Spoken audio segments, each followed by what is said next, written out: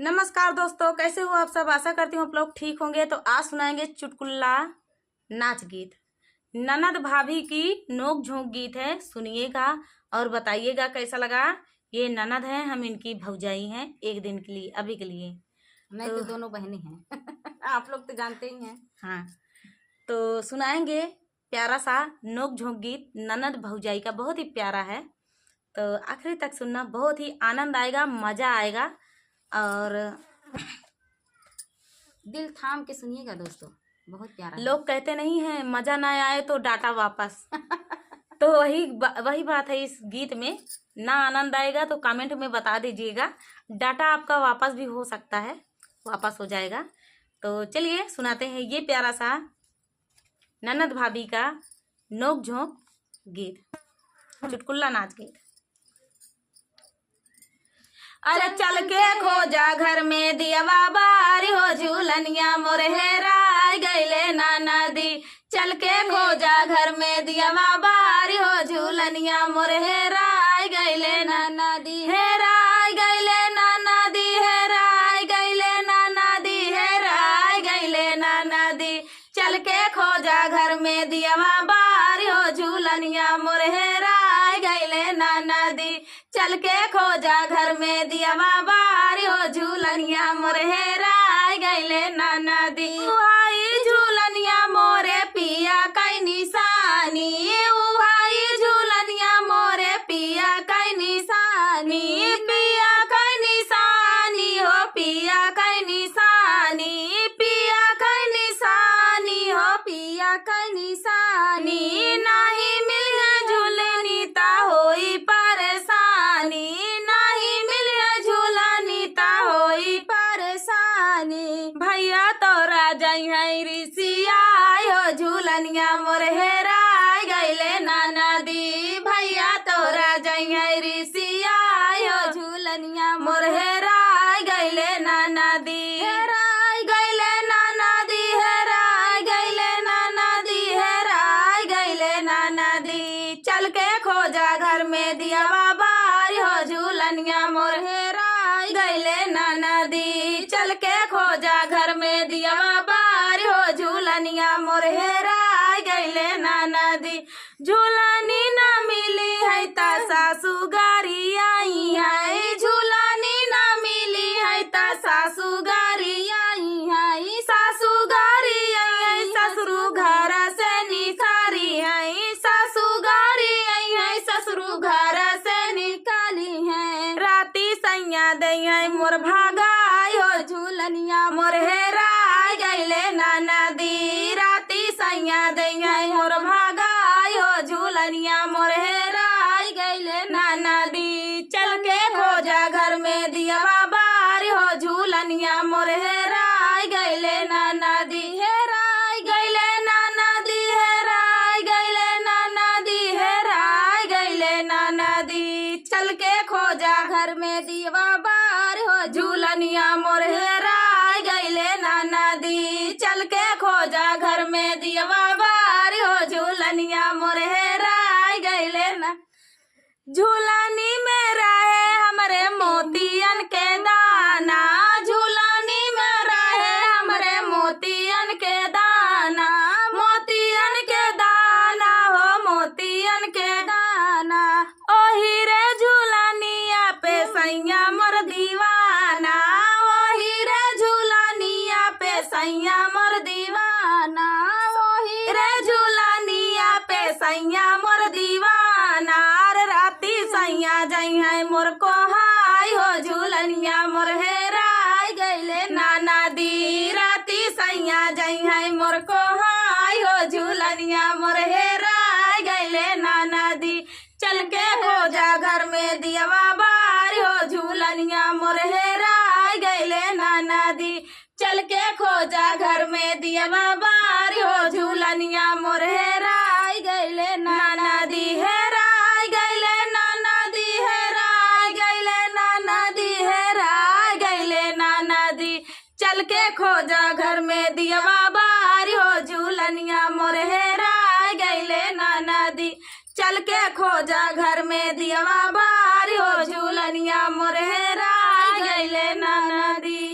तो दोस्तों ये प्यारा सा चुटकुला नाच गीत आप सभी को कैसा लगा कमेंट में बताना दोस्तों। तो नमस्कार दोस्तों, कैसे हो आप सब? आशा करती हूँ आप लोग ठीक होंगे। आज सुनाएंगे आप सभी को चुटकुला सोहर का उठान गीत। सुनिएगा और बताइएगा कैसा लगा। ये मेरी जेठानी है, मैं इनकी देवरानी हूँ। देवरानी जेठानी नोक झोंक गीत है। तो देवरानी को बच्चा हुआ है और जेठानी कितनी लेट पहुँचती हैं, तो देवरानी क्या क्या करती हैं उनके लिए, कितनी इज्जत रहती है जेठानी के लिए। लेकिन एक बच्चा होने पे उसके बाद जेठानी कितना वो हो जाता है, मतलब तो थोड़ा लेट पहुंचती हैं, मतलब समय पे कुछ नहीं करती, समय पे नहीं पहुंचती हैं। तो देखो मेरी जेठानी कैसी हैं, आप सभी गीत के माध्यम से सुनिएगा। बहिनी हमारे तभाए नंदलाल, जेठनिया हमारी गोतिनिया।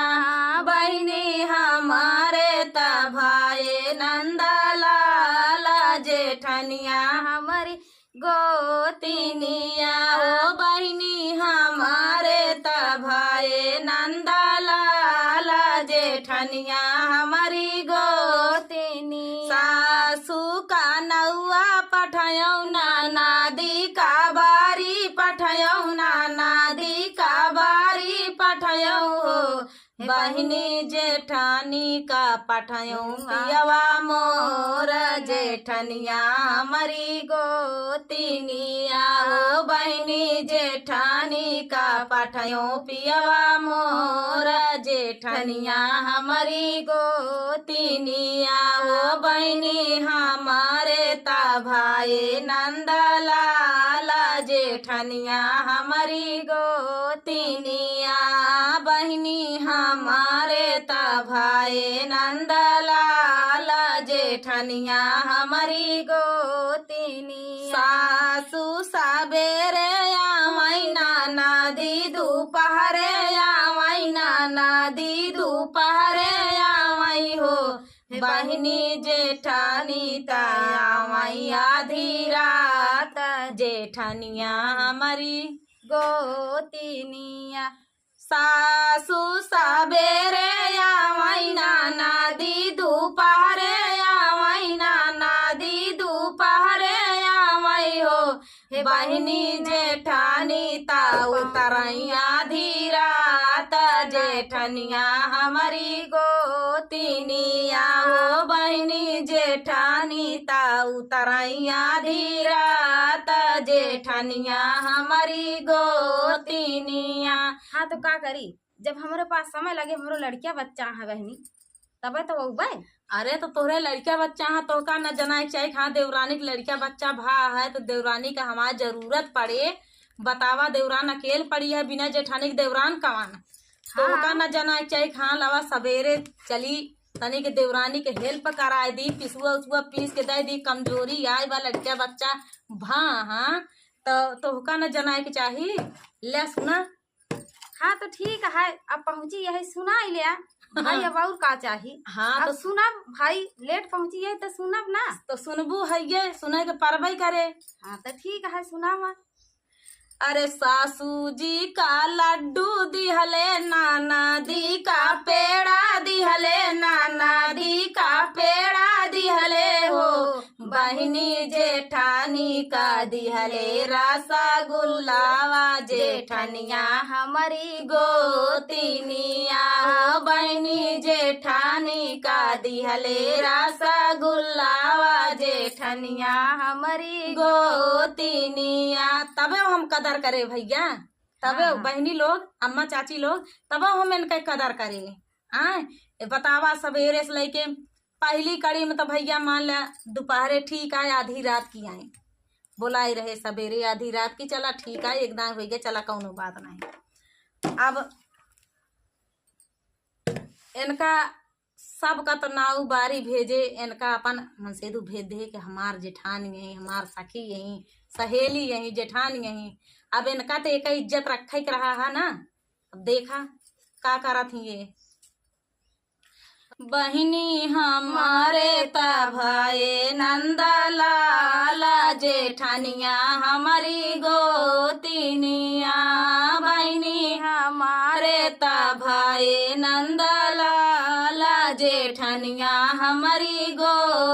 बहनी इतनी लेट पहुंची यहाँ लड़किया बच्चा लेके।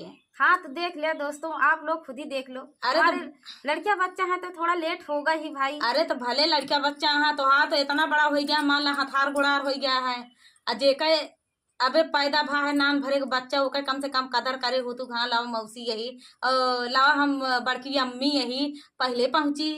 तो देखा दोस्तों हमहू का करी थी, हमहू कमती नहीं यही ये वैसे यहाँ था, हमहू तो वही तरह दिमाग लगाओ।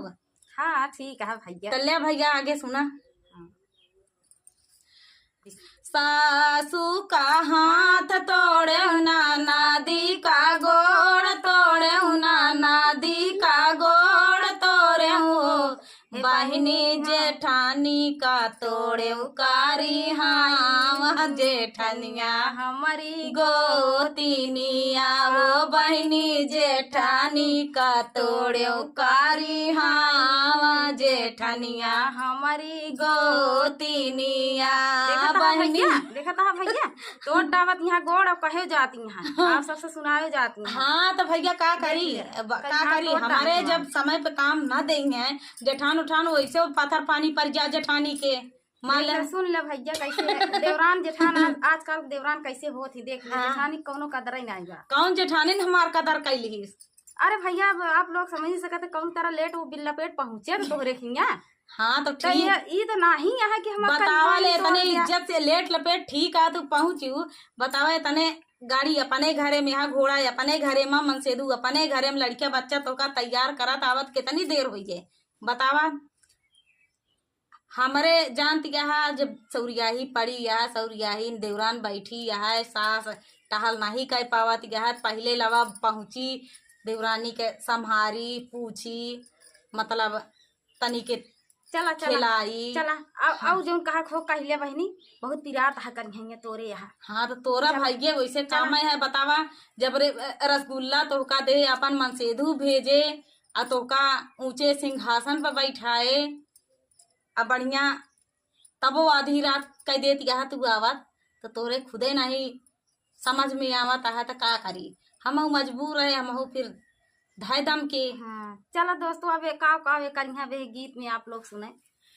अरे बहनी हमारे तभाए नंदलाला जेठनिया हमारी गोतिनिया, बहनी हमारे तभाए नंदलाला जेठनिया हमारी गोतिनिया। सासू का सबेरे खेदे ननदी का संझलऊ का खेदे ननदी का संझलऊ का खेदे हो, बहनी जेठानी का खाड़ी दोपहरिया जेठनिया हमारी गोतिनिया, बहनी जेठानी का खाड़ी दोपहरिया जेठनिया हमारी गोतिनिया।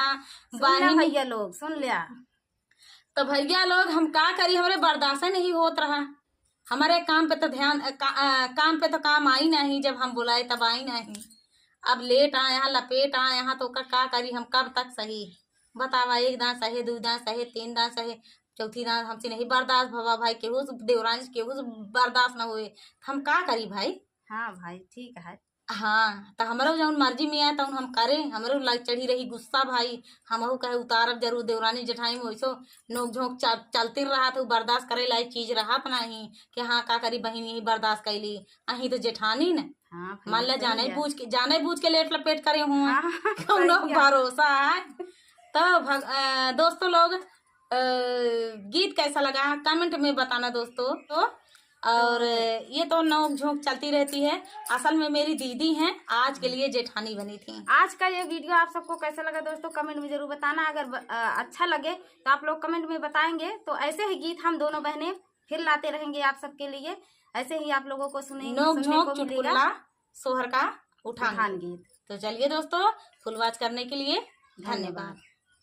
गीत सुनिएगा कमेंट में जरूर बताना कि गीत कैसा लगा। बहुत ही दर्द भरा गीत है। आखिरी तक सुनना और सपोर्ट करें। एक चैनल है दोस्तों सोनिया लोकगीत, इनके चैनल पे आप लोग सपोर्ट कीजिए। बहुत ही प्यारे गीत गाती हैं सोनिया लोकगीत। तो चलिए सुनाते हैं आप सभी को ये प्यारा सा सोहर गीत। छोटा ही पेड़ावा का दमकाए ठाड़ी तीरिया वाली है बालक तीरिया वाली है बालक हो।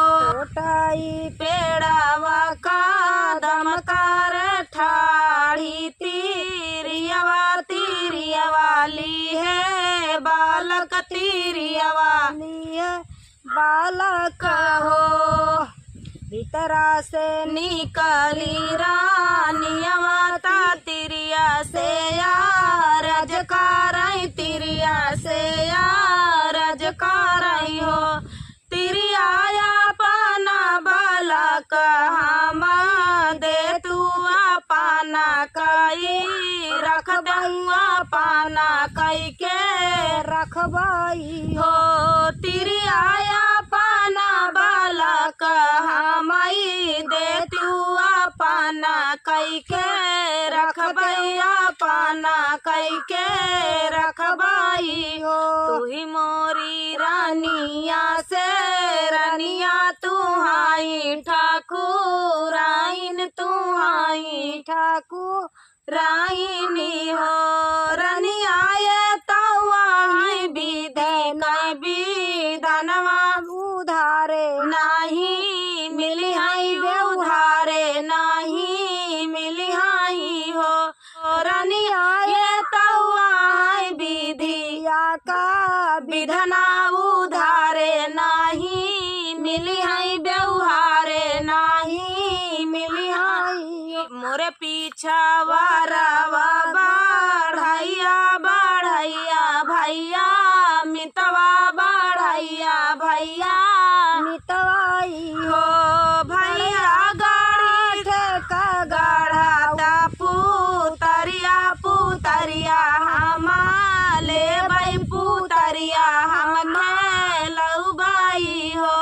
बढ़ाई गाड़ी देता काठे कई पुतरिया हम ले भाई पुतरिया हम लौबाई हो। पुतरी ता गाढ़ा ले बढ़ैया तारानिया का दिहले तारानिया का दिहले ना हो। रनिया जाई के बैठाई गाजा वो बरता सुनाई सुखा सोहर सुनाई सुखा सोहर हो। रनिया जाई के बैठाई गाजा वो बर सुनाई सुखा सोहर सुनाई सुखा सोहर हो। रनिया जाई के बैठाई गाजा वो बर सुनाई सुखा सोहर सुनाई सुखा सोहर हो। तेलवा लगावाई कवना तायावर का जरवाई हो। रामा उलाटी पुलाटी चुम्मा ले पुतरिया नाही रोमई पुतरिया नाही हसाई हो। रामा उलाटी पलाटी चुम्मा ले पुतरिया नाही रोमई पुतरिया नाही हसाई हो। इतना जा देखा थी रानिया माना में दुखिया भैली माना में दुखिया भाई हो।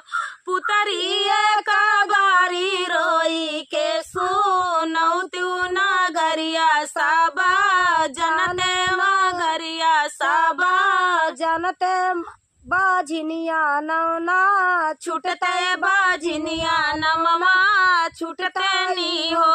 पुतरी का बारी रोई के सुनौ तू नगरिया साबा जनते नगरिया साबा जनते बाझिनिया नममा छुटते बाझिनिया नममा छुटताई हो। तू ही मोरी रानिया से रनिया तू हाई ठाकुराइन तू हाई ठाकुराइनी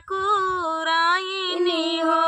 रनिया जाबा होते रामा का गाड़ी तारोई के सुनवते तारोई के नौ तो बाझनिया नवना छुटते बाझनिया नमवा छुटतई हो।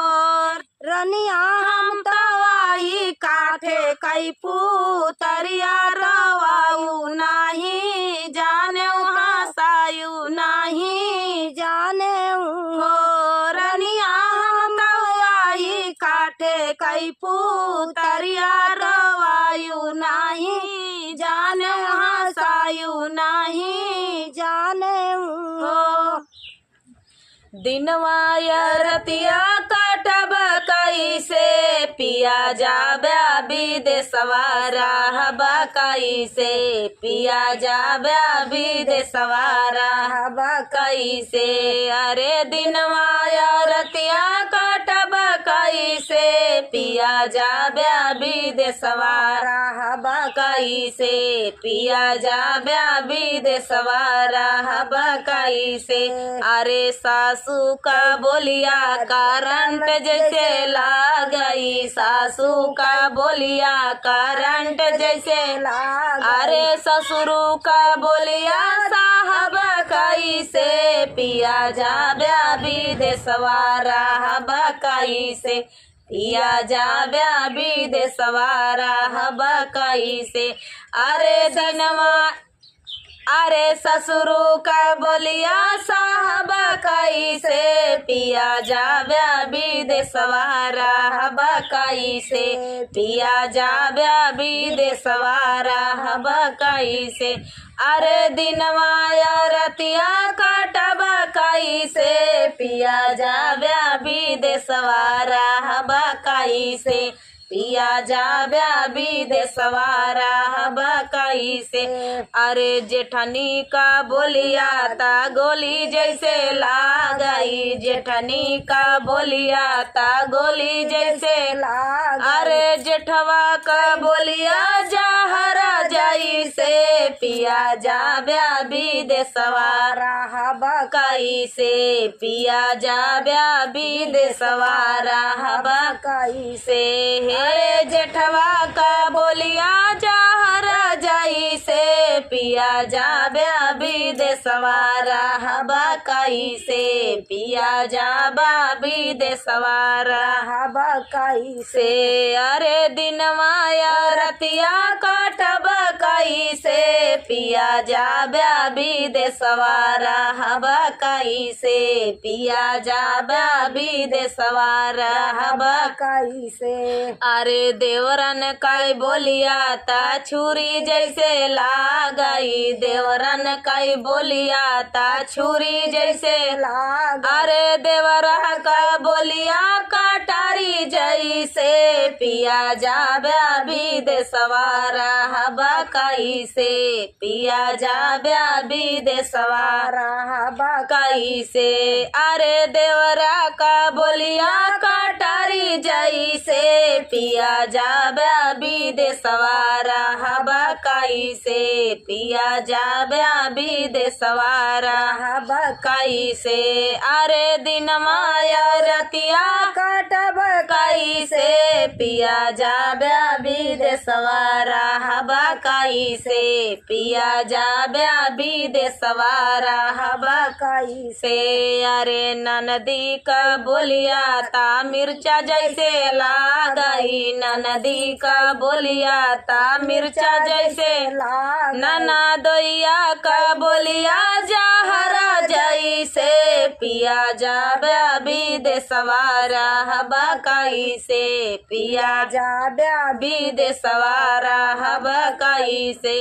नना दोइया का बोलिया जहरा जैसे पिया जाब्या विदेशवा रहब कैसे पिया जाब्या विदेशवा रहब कैसे। अरे दिनवा रतिया काटब कैसे पिया जाब्या विदेशवा रहब कैसे पिया जाब्या विदेशवा रहब कैसे।